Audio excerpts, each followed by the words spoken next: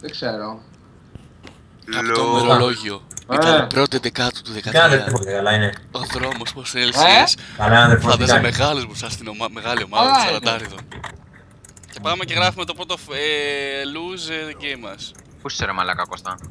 Πρέπει να αναμοστράβαλα, αναμοστράβαλα. Ελάτε εδώ. Περιμένετε εδώ όλοι. Γιατί πάτε από εκεί. Έτσι, έλα από εδώ. Γιατί πάντα περιμένουν από εδώ πέρα, ρε μαλάκα μάκι. Πάντα κάνουν defense από εκεί. Πάμε, Έλα, πάμε. Και να έχουν πάει στο δικό μας αυτοί. Παίζει. Fuck yeah. Έλα.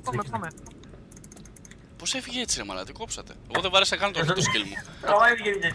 Περίμενα να με φλασάρει. Έλα, βαρέστε, σμάιτλες. Σμάιτλες το θέλω.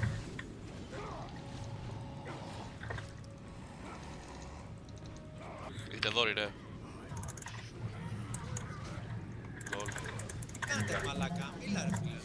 Αφού με είδε, ρε μαλάκα, ορίστε. Πού με φάγε ρε μαλάκα.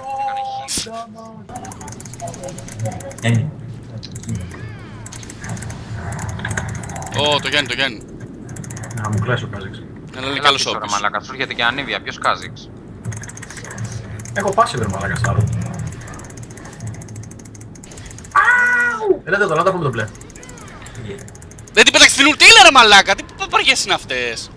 Μάκι, έλα πάρ' το μπλε. Μάκι, Μ' άρεσε που έλα έκανε πάρ' και το πέταξα, κύμα πού το την μαλακιστήρι. το Μάκι.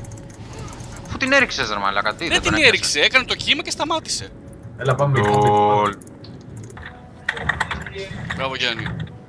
Γιάννη σε σμίκρινε. Φούσεν! Γκόμου γκόμου νο φούσαν. Fucking GG ωρέστη.